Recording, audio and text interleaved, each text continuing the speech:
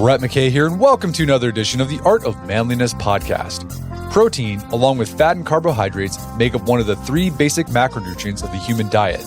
Yet for something so fundamental, a lot of confusion exists around protein. What's the best kind? How much do you need? When should you eat it? Here to clear up some of that confusion is Don Layman, Professor Emeritus of Nutrition and one of the world's foremost researchers on the subject of dietary protein. Today on the show, Don explains why animal-based proteins are superior to plant-based proteins, why he thinks collagen is worthless, how much protein you really need to consume, and whether it depends on your activity level and age, what happens when kids don't get enough protein, the optimal times of day to eat protein, who needs to consume protein right after a workout and who doesn't, and whether you can get enough protein in your diet if you do intermittent fasting. We end our conversation with why Don thinks increasing protein consumption can be the most effective way to lose weight. After the show's over, check out our show notes at aom.is/protein.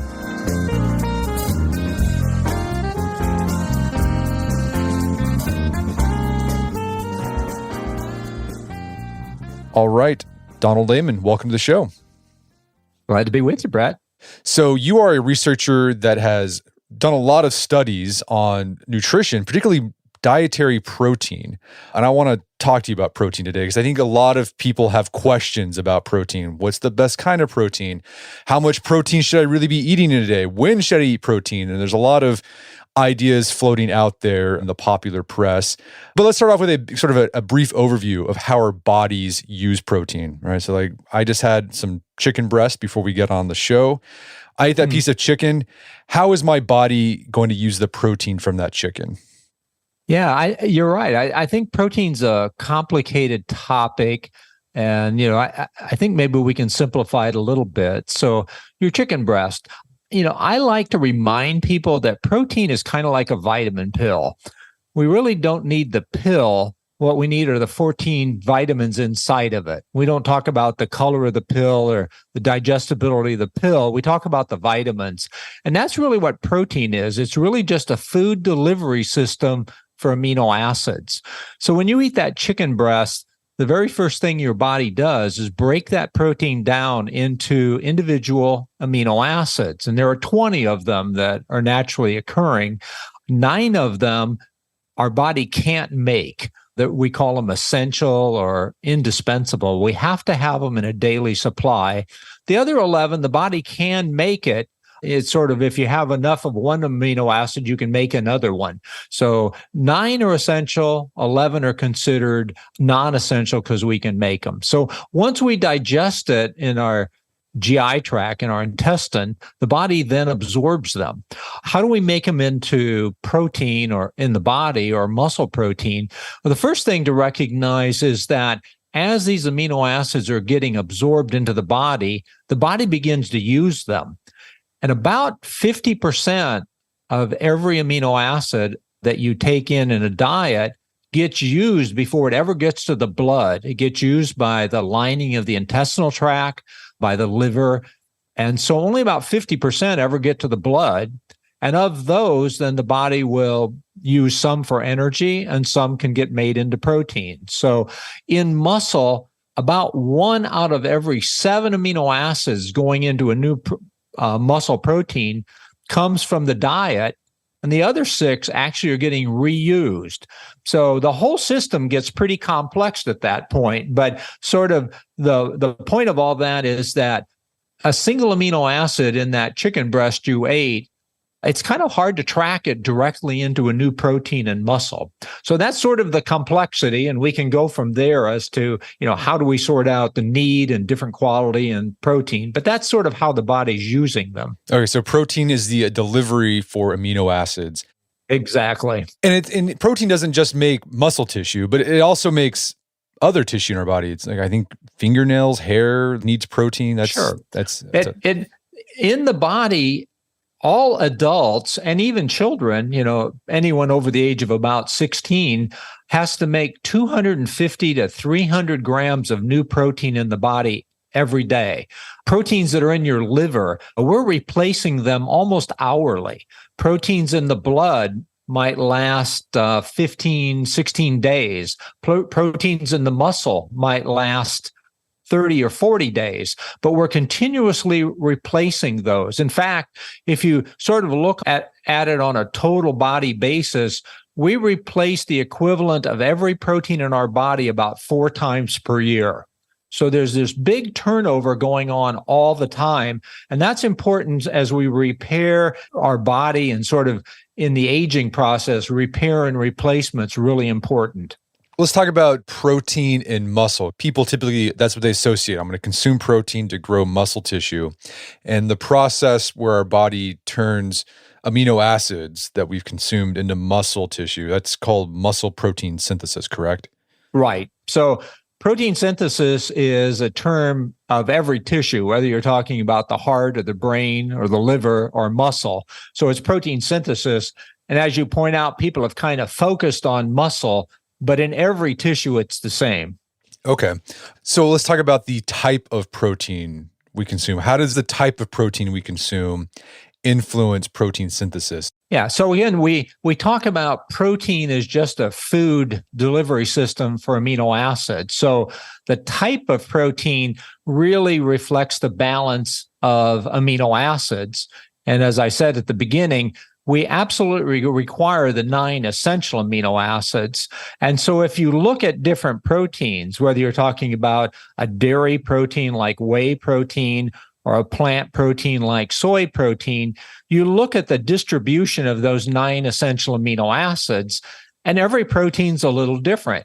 What we know, though, is that proteins that come from animal sources, and in this case, I'll include eggs and fish, all sort of animal sources versus plant sources, proteins that come from animal sources always have a better distribution and a higher distribution of those essential amino acids.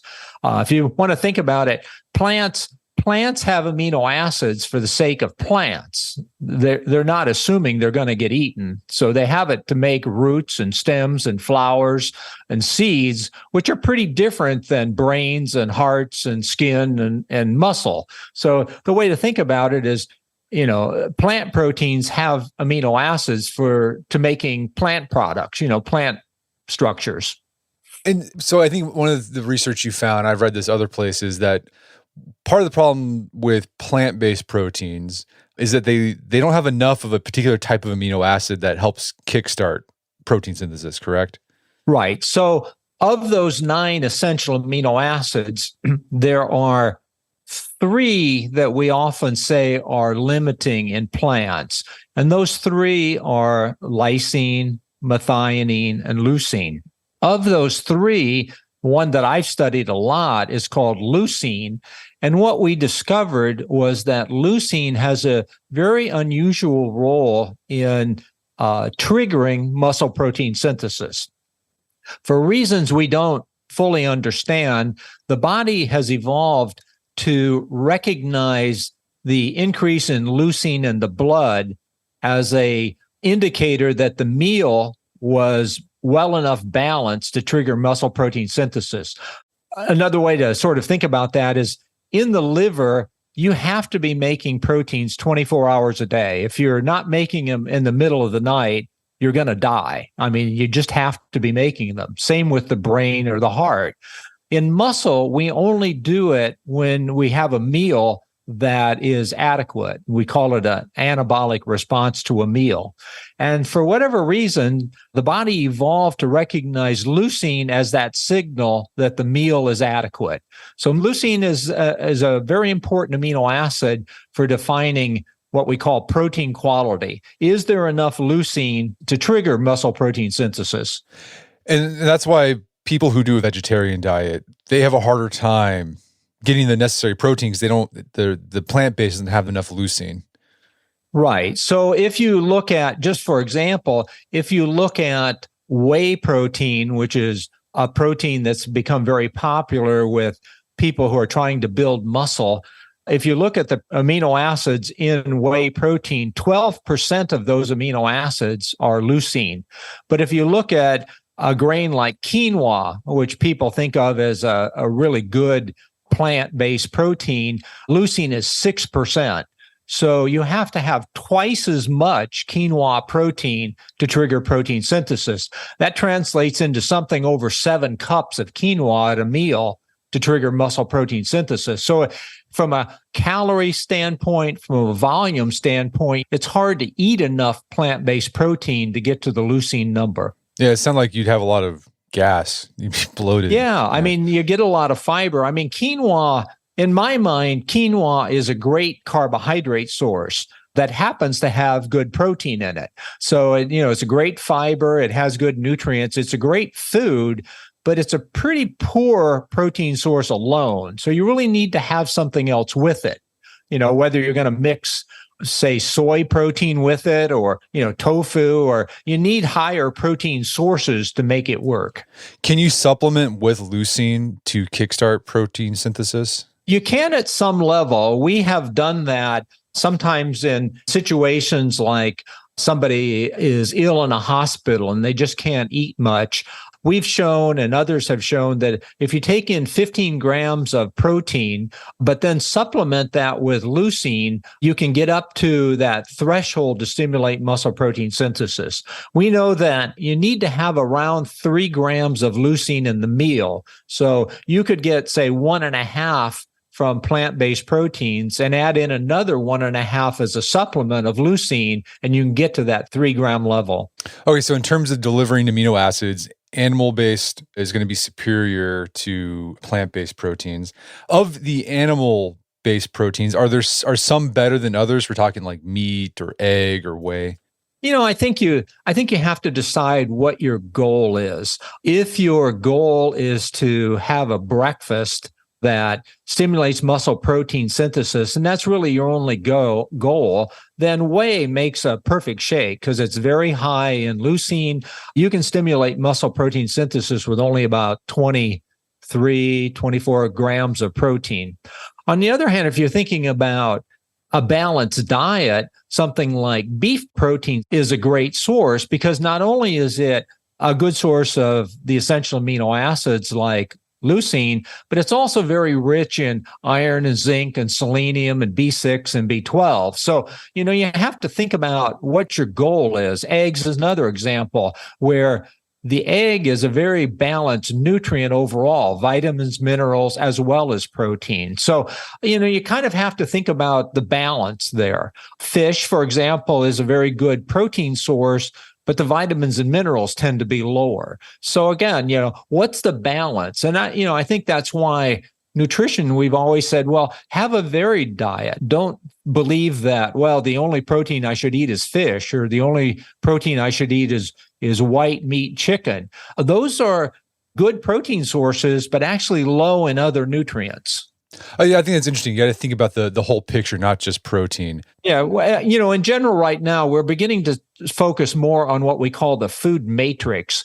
We've had what we might call a reductionist approach for a long time, where we think about a food, well, does it have enough vitamin C, or does it have enough vitamin D, or does it have enough of amino acids? But now we're trying to think about it more as a meal complex and a whole diet.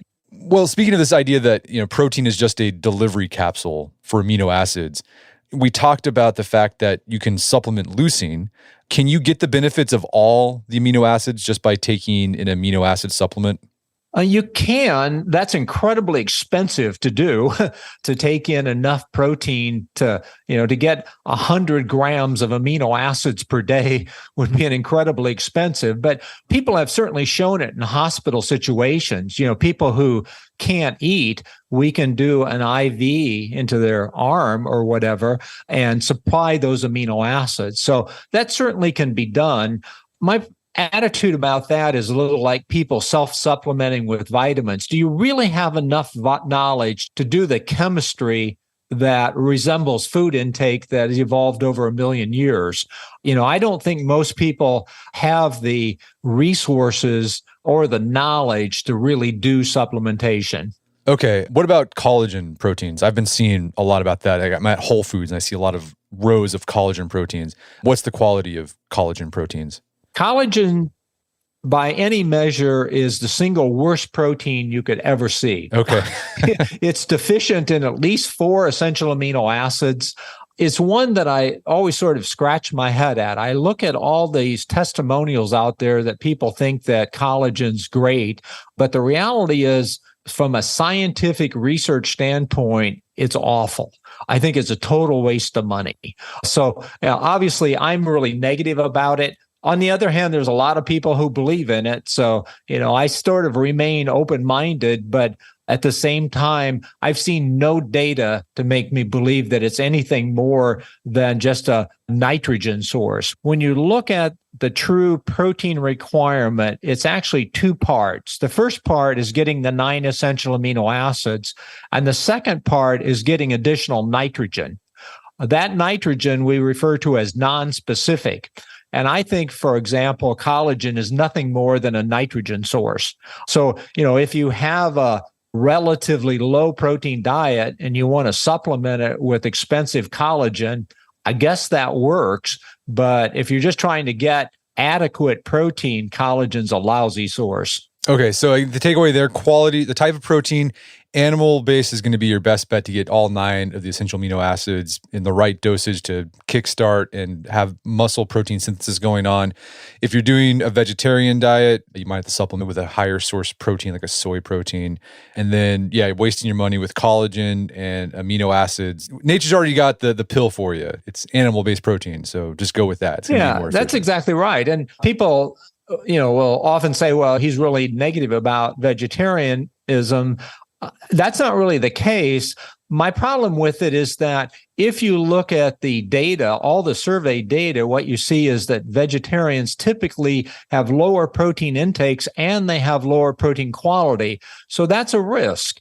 And I think that if you're making that lifestyle choice, you need to understand it. My personal preference would be a blended. I don't think it's all or nothing. I think you can be more plant-based. I think that's great. But using fish or eggs or cheese or something to make it more balanced, I think is a better choice. So, I have no problem with being plant-based. Being totally vegan is a real challenge.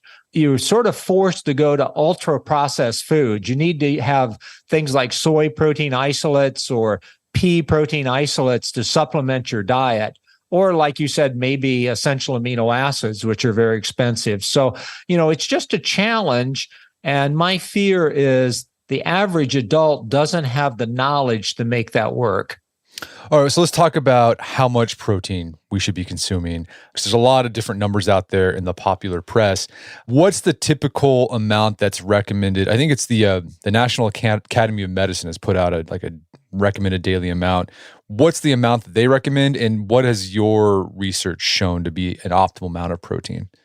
Okay, so the National Academy of Sciences and the Institute of Medicine sort of sets dietary guidelines. So let's take a non-protein example. So vitamin C, with every nutrient, the Institute of Medicine recommends a range for the nutrient. So for vitamin C, the low end of the range, which we call the RDA, recommended dietary allowance, is 60 milligrams. But we know that you can go to an upper range with vitamin C of maybe up to 10 grams per day, more than 10 times the minimum RDA. So we know that the RDA prevents a deficiency, scurvy. But when you get a cold or, concerned about COVID or something like that, people will take 500 milligrams or 1,000 milligrams. So the difference between the minimum and the optimum. So let's apply that to protein. The Institute of Medicine sets the minimum, the RDA, at 0.8 grams per kg, which is around 0.3 grams per pound. But it says there's a range up to some upper limit. And we know that is up around a gram per pound. So a big range there. What we now know is the optimum range for most adults is somewhere between about 0.5 and 0.7 grams per pound. 1.2 to 1.8 grams per kg is the way we talk about it. So again, we need to recognize that for every nutrient, there's a range of intake. The RDA, which people hear about, is the minimum to prevent a deficiency. In fact, it's defined at a level where 97% of the people don't show a deficiency, but 3% will actually show a deficiency. And if we look at national survey data, what we know is that in women over 60 years of age, 40% are actually below the RDA. So in general, women in particular are particularly low in their dietary protein intake. Men are a little bit higher, but still not up in the range that we think is optimal. Okay, so just to put some concrete numbers to this, okay, the RDA is the minimum you need to make sure you're not wasting away. So let's say you're a 200-pound man.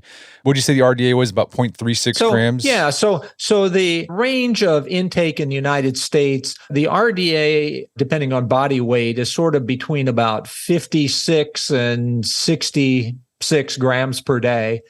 Average intake in the United States is around 80.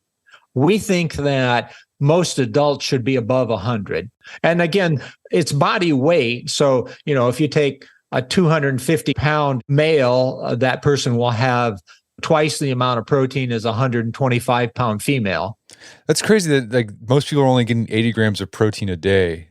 That's the average based on the national surveys. Again, men a little higher, maybe a little closer to 90, and women a little lower, closer to 70. But the average is 80.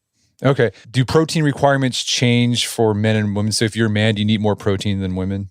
It's based on lean body mass. It's based on body weight. So men typically are going to weigh more than women, so they need more protein. But it's, a 150-pound woman and a 150-pound man would have essentially the same requirements. Okay. Slightly different because typically women will have a little more body fat, a little less lean body mass. But in essence, the requirements are the same based on body weight. Does the requirement change or the optimal amount change if you're physically active? That's a good question. Interestingly enough, people generally assume that, well, if I'm lifting weights and building, trying to build body mass, I need more protein. It's actually endurance exercise. We know that endurance exercise burns about 10 grams of protein per hour of exercise, like running, a marathon runner, for example. So if you go out and doing, 3-hour runs, by definition, you need 30 grams of more protein than normal. Okay, so whenever you exercise, you're going to need more protein. And that's not just for weightlifting. I think that's really interesting. Like if you do a lot of endurance sports, you need to be increasing your protein intake a lot. Speaking of, consuming protein because you're lifting weights to get stronger, I think a lot of people have this idea that, well, if I megadose on protein, it's going to help me build more muscle tissue. But your research has found that probably at a certain point, consuming more protein won't have any benefit. Yeah, our methods aren't great for determining sort of small differences between protein intakes. What we find is that a lot of bodybuilders will look at an intake of like a gram per pound, which translates into about 2.2 grams per kg. The research shows we really can't tell any difference between 1.8 grams per kg and 2.2. So, most bodybuilders are probably over-consuming protein. But again, they're looking for sort of a maximum effort. So I don't see any problem with that. But the research doesn't really support any real benefit above about 1.8 grams per kg. And again, I think that translates into about 0.8 grams per pound. Okay. So yeah, I consume right now, I'm doing about a gram per pound. So I get about 200 grams of protein. I'm 190. That's I'm 190. That's very common for people who are trying to lift weights. And again, you have to think about protein in the context of the whole diet. So if you don't eat 200 grams of protein, what are you going to eat? And a lot of people say, well, I want to be sure I don't eat the carbohydrates because that causes me to retain more water and I don't like the way I feel or whatever. I have, tendency toward diabetes. So, from a pure muscle building standpoint, we think that around 0.8 grams per pound is totally adequate, but there's nothing wrong with a gram per pound if that sort of suits your needs. What happens with the excess protein that your body doesn't need? Excess is an interesting concept. Let's think about you in terms of a gram per pound per day. How much muscle mass are you gaining this week? Probably Not nothing. much, yeah. So if you're eating 200 grams of protein per day, where is it going? Basically, you have to burn every one of those grams, the equivalent of every one. So basically, whether you eat 60 grams of protein per day or 200 grams of protein per day, you're going to burn it all for energy. You use it for protein synthesis, but at some level, you have to get rid of every gram or you have to store it in some way, which means you're gaining weight. So again, people think about burning the excess. The reality is, I mentioned at the beginning, 50% of the amino acids that come into the body are burned in the GI tract or the liver before they ever get to the blood. So this whole concept of burning the excess is kind of a vague concept because we're always burning everything we eat. We're going to take a quick break for a word from our sponsors. And now back to the show. And I think it's important to note that you highlight research that eating a high protein diet, it's not going to damage your kidneys. I mean, that's an idea that's out there, right? Like too much protein is bad for you. If you do have some sort of kidney disease, high protein diet might be an issue. But if you're healthy, eating a lot of protein won't do anything to you. Basically, like you said, any excess protein will be used in the body for something else. So yeah, I think the big takeaway there overall is that if you're a physically active male, like 0.8 to 1 gram per pound of body weight is probably what you're looking at. That's a target where the science shows, has really good data. We think that's the upper range that makes any sense. And frankly, the research shows 0.8 is probably adequate, but there's nothing wrong with going to a gram per pound. All right. So if you're a 200-pound man, that would be 160 grams per day. Right. Protein, up to 200, as you pointed out. Yeah. And people might think that's a lot of protein, but I mean, it's not. Once you kind of figure things out, you know what's a high source of protein. So, and it's easily to supplement with a whey protein. Whey protein's fantastic. It's cheap, and you can get a lot of great protein bang for your buck with it. I think most people find that amount of protein pretty hard to consume. Most women, we've done a lot of research with women, particularly looking at weight loss, we find it extremely difficult to keep women above 100 grams per day. I personally eat probably 100 to 120 per day. I weigh about 160 pounds. So, again, I think if you're motivated toward bodybuilding, that's great. But again, we think the healthy range is sort of in that, a lower end of about 0.55 grams per pound up to a gram per pound. So falling within that range is probably okay, depending on your personal goals. Something I've heard is that as you get older, to your 50s, 60s, 70s, 80s, you have to consume more protein. Is that true? What we know is that the efficiency of protein use goes down with age. Where does that start?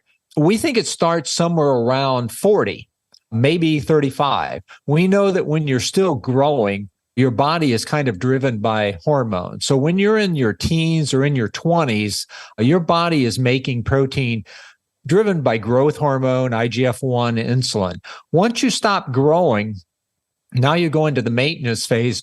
We know that everything we've been talking about, all of this meal balance kind of thing, that starts to come into play in your mid-30s. So your point about it, the efficiency going down, we think that starts in the 40s. So people need to be making adjustments in their 40s. And certainly by the time you get out into 60 and 70, now you're confronted with the issue that your total calorie needs per day begin to go down, but your protein need is at least as high as when you were 16 or 25, but now you need to get it in less total calories. So the quality of your diet needs to go up. Your nutrient density needs to go up. You need to get more amino acids per calorie you eat.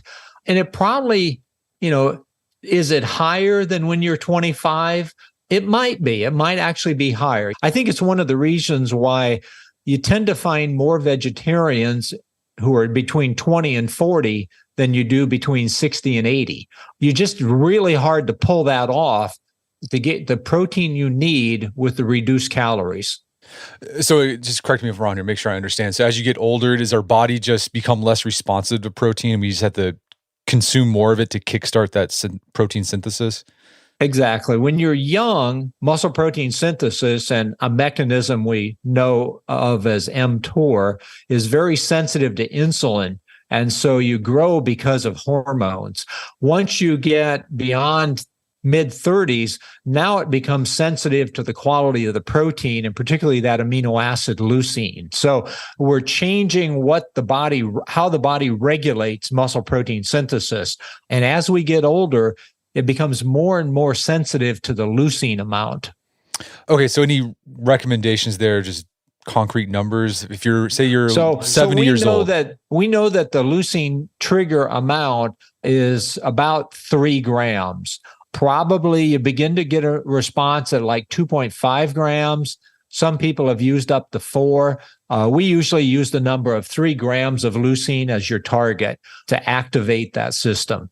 So if you look at a mixed diet, then let's say you're having a meal that has some animal protein, some plant protein, we usually use the number of around 8% leucine in a mixed meal. So that means your minimum threshold, you may have seen the meal number of like 30 to 35 grams per meal. That's assuming leucine makes up about 8% of the protein. So to get to 2.5 to 3 grams, you need at least 35 grams of total protein. So that's where that meal number comes from.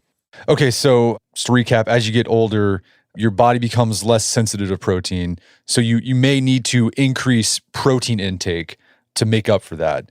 So I think the big takeaway there is just, as you get older, be more aware of your protein and then think about how much protein you're getting at each meal. And we're going to talk more here about protein distribution. But let's talk about kids. What do we know about the protein requirements for children? So they change during aging. So in the first year, the 2 years, the protein requirement is at 2.2 grams per kg, so a gram per pound. So, as a very young child, it's now what we're talking about for older adults, okay? The belief then is as the rate of growth slows down, it slowly goes from 2.2 down to 0.8 for, a 16-year-old. So there's that shifting process. I think the research is beginning to question, does it really go down like that? We know that, your rate of building protein is slowing down, but you're building and replacing so much protein that actually isn't growth. So I think we're beginning to question that. One of the important things about children versus adults is for adults, we're now talking about the meal distribution of protein and leucine. So we talk about having 35 grams of protein per meal to get enough leucine. That doesn't seem to be true for children. Children will respond at very small meals. If a child has 5 grams of protein at a snack or 10 grams for protein for breakfast, they'll grow perfectly fine. Muscle protein synthesis is perfectly fine. So an average 10, 12-year-old's probably targeting around 50 grams per day, and that can be distributed kind of in any way they want. It's not meal specific like it is for adults. Okay. So with kids with body weight, what's the ratio? How many grams per kilogram you're looking at for a child? Is it the same for an adult? So again, it's, the RDA for children over like 6 is that, 0.35 grams per pound. Okay. So it's the RDA, it's 0.8 grams per kg. Okay. And again, that's just the minimum. Do we know what happens if kids don't get adequate protein in childhood? Does it have any long-term effects? Oh, yeah. I mean, the biggest international problem with malnutrition is availability of protein. So with growth stunting, there's a lot of, early in my career, I did a lot of international work with children and malnutrition and growth stunting. And so we know that if children don't develop the lean body mass they should when they're young, there's a real high risk that they're going to be obese. If they don't have the lean body mass, they'll tend to deposit more body fat. So one of my concerns now is that, as mothers are hearing about everybody should have a more plant-based diet, and they start translating that to children, there's a real risk that we're going to induce malnutrition in children. They're just not going to grow correctly. And that's a long-term risk. One of the examples, I like using is if you take a common wheat cereal and the serving size might be, let's say it's a cup, has 4 grams of plant protein, say a wheat protein. If you look on the label, they'll say, well, you take that cereal and you mix it with 6 grams of milk. We now have 10 grams, and that turns out to be exactly balanced for essential amino acids. But now we're hearing about plant-based proteins, and so they say, well, switch to soy milk. Well, we're not telling people very well, and I don't think they get, is that soy milk is deficient in the same amino acids that the wheat cereal is deficient in. And so to get a balanced protein mix, you have to have over 25 ounces of soy fluid, milk, to balance that meal. 25 ounces, we're nearing a quart. And if you go to almond milk, which is even worse, now you need over 50 ounces to make that work. So mothers need to recognize that basically if they're doing that with plant-based milks, they're creating an amino acid imbalance. And while I said that younger children can get along with protein at any meal, they still have to have a balanced ratio of essential amino acids. So my comment earlier is that I'm not sure most adults have the knowledge of how to create totally vegetarian diets. They might be able to do it, but very few can. Okay, so kids who don't get enough protein in childhood, they're not going to develop lean muscle mass. And as a consequence, they might develop more adipose tissue, which could result in type 2 diabetes, metabolic syndromes. Exactly. So that's what we saw with the international work. If the children are growth stunted, did not develop the lean body mass during their early, their first 14, 15 years, then they're prone to developing obesity. And as you said, all of the diseases that go with that, diabetes, heart disease, et cetera, they're much more prone to those kinds of things. Let's shift to protein timings. That's something I think a lot of people have read about, that there's certain times of the day that it's better to eat protein. Is there anything to that idea? Like, should you consume protein after a workout? Is morning or dinner better time for protein? So let's sort of complete the comment with children. As I wanted to emphasize, timing doesn't seem to be as important for children. So when we talk about timing, we're talking about adults. What the research shows is that probably the first meal of the day may very well be the most important. We know that we're coming out of an overnight fast. We know that all of the mechanisms for muscle protein synthesis are shut down. And until you eat a protein meal that has enough leucine, until you get to 35 grams of protein at a meal, your muscle stays what we call catabolic. It's breaking itself down. So we think that the first meal is critical. We also think that a later meal, what we don't really know is how important is the middle meal? Something you might do in the middle of the day. Nobody's really studied that, so we don't really know. But we know for 100% certainty that first meal, and I'm sort of avoiding calling it breakfast because that implies that it needs to be super early or something. But whenever you choose to eat it, whether it's 7 in the morning or 11 in the morning, that first meal needs to be high protein. You mentioned after exercise. We did a lot of research, and others have done a lot of research with exercise, because exercise is sort of a catabolic period. Protein synthesis is depressed, and so we're looking at recovery. How's the best way to build muscle? The thing to remember about that is almost all of that research is done with untrained individuals doing an acute, exhaustive exercise. What we know is that the more trained you are, probably the less important that becomes. So if you're just beginning an exercise, you're out of shape, you're just beginning, having protein, 15, 20 grams after your exercise within the next hour or so probably is a useful way to recover. But if you're well trained, doing the same thing week after week, when you have your protein after an exercise, probably doesn't make much difference. It's really the total amount per day. Most extreme bodybuilders will probably take in protein at least 4 times a day. So if you want one of those to be after exercise, that's great. But if you're next meal happens 3 hours after exercise, that's fine too. So I think the whole after exercise thing has been distorted a little bit. All of the research has been done with untrained people doing exhaustive exercise. So if you're well trained, the timing's probably not nearly as important. So you mentioned to kickstart protein synthesis with that first meal, you got to have 35 grams of protein. Is there any other research about distribution of protein throughout the day? So beyond that first meal, does it matter how you distribute your protein? It doesn't really seem to. There's pretty good data that having a larger meal later in the day is important. So like a dinner meal that has maybe 50, 60 grams of protein.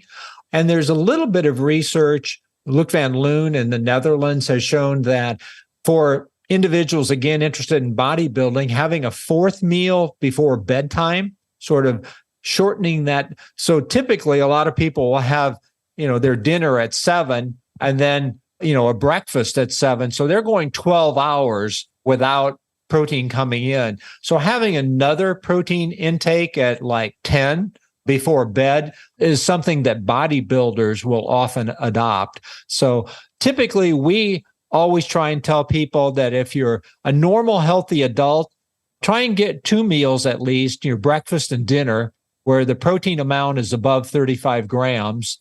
If you're trying to gain muscle mass, you should have at least 3 meals and possibly even 4. So meal distribution takes on, again, a little different look depending on what your personal goals are.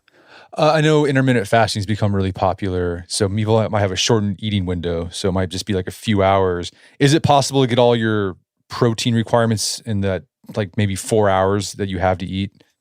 Yeah, I don't like patterns as short as 4 hours.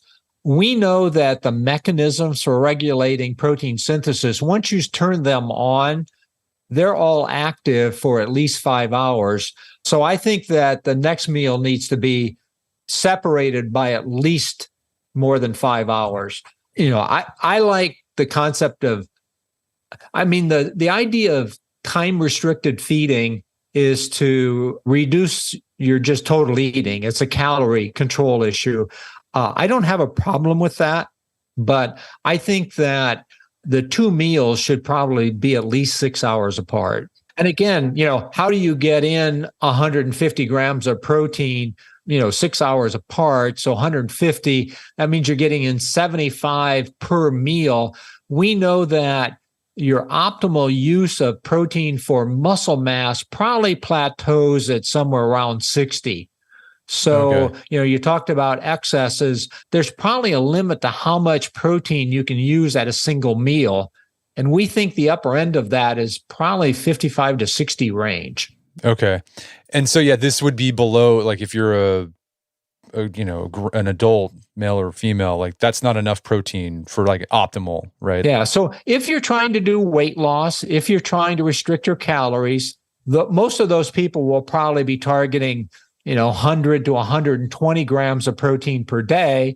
Distributing in that in 2 meals of 55 grams is probably okay. But if you're trying to be a bodybuilder with 200 grams per day, putting 100 in each meal is a really bad idea. You need to distribute that across 3 or 4 meals to optimize the effect. Speaking of weight management, is there any benefit of protein when it comes to weight management? Yeah, we've done a lot of research on that. And so 2 ways to think about it. One is we want enough protein to protect muscle. One of the problems of weight loss is what we call yo-yo dieting. People will restrict their calories, lose 20, 30 pounds, and 3 months later, they gain it back. Well, every time you lose body weight quickly, up to half of the weight you're losing is muscle, is lean body mass. Somewhere between 35 and 50% is going to be muscle mass. And so when you lose it quickly and then regain it, yo-yo back up, what you gain back is just the fat and you've lost muscle. So that makes it harder and harder to lose weight over time because you're losing your lean body mass. So the first reason we want to use protein is to try and prevent muscle loss during weight loss. We call it protein sparing. And we've shown that that's very effective. The other aspect is when you're trying to really reduce calories, what should you reduce? And most of the research shows that reducing carbohydrates is an important way to go. So when we add protein, we usually add it as a substitute for carbs.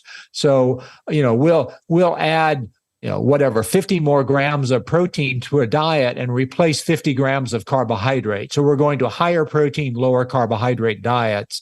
When we do that, we know that we reduce hunger, we increase satiety, we stimulate thermogenesis, the amount of heat you burn from meals, so you're just wasting calories, and you also basically are sparing muscle protein loss. You're correcting body composition. So there's a lot of reasons to increase protein for weight loss. We know that it's probably the most effective way to correct body composition and lose weight. So I've heard about this idea called the protein leverage hypothesis, and I'm intrigued by it. What do you know about that? Can you walk us through that idea? Yeah, so Steve Simpson in Australia is a nutritional anthropologist. He's actually a pretty good friend. He basically looked at the diet of humans, but basically all animal species, and he realized that basically all animals eat toward a protein target. And it's around 16, 17% of calories.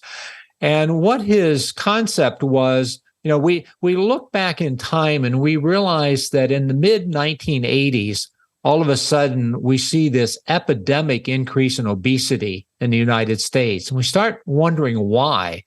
And one of the things that happened at that point is people were so afraid of cholesterol and saturated fat, we developed what was called the food guide pyramid. And the food guide pyramid said, eat a lot less animal products because that's the way you reduce cholesterol and saturated fat, and eat a lot more grain products. What that did was dilute out the nutrient density of the diet. People ate 40% more calories from grains. We diluted the protein down. And so the protein leverage hypothesis is that for adults to get to the protein target, they had to eat a lot more calories. And that seems to be exactly what people did. They ended up eating 350 to 400 more calories. Our protein intake stayed about the same, but we ate 400 calories more to get to it. And we think, or that the theory is that was really the origins of obesity epidemic. And so we're now seeing sort of a shift back to people who are much more protein conscious.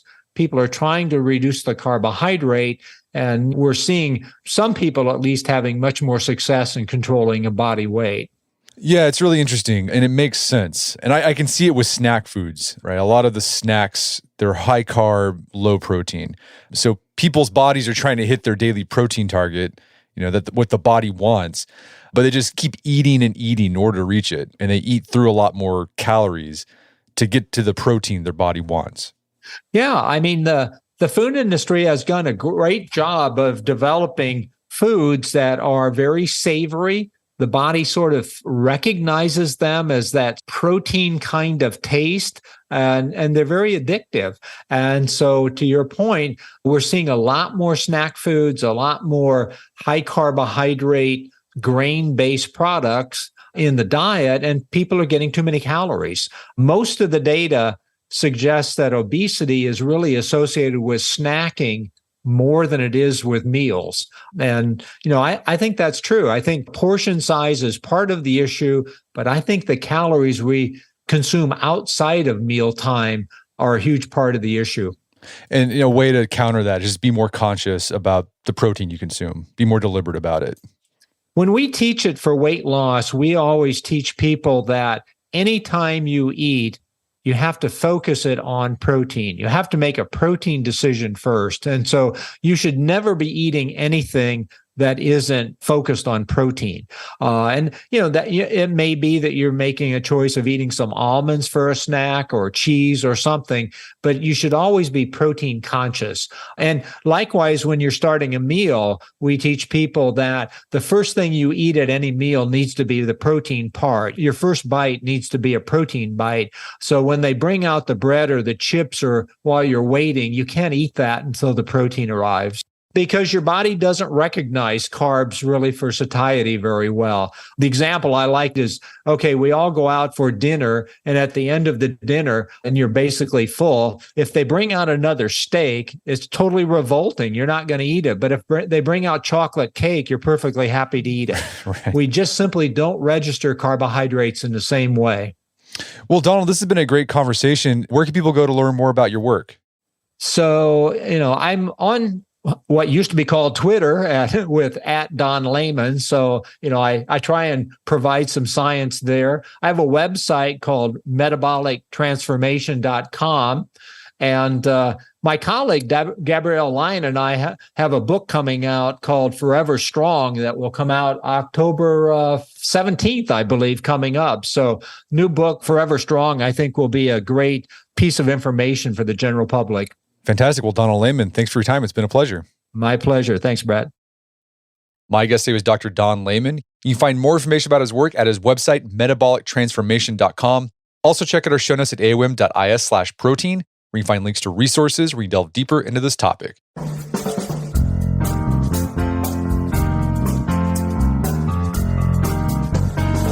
Well, that wraps up another edition of the AOM podcast. Make sure to check out our website at artofmanliness.com, where you can find our podcast archives, as well as thousands of articles that we've written over the years about pretty much anything you think of. And if you haven't done so already, I'd appreciate it if you take 1 minute to give us a review on Apple Podcasts or Spotify. It helps out a lot. And if you've done that already, thank you. Please consider sharing the show with a friend or family member who you think would get something out of it. As always, thank you for the continued support. And until next time, this is Brett McKay, reminding you to not listen to the AOM podcast, but put what you've heard into action.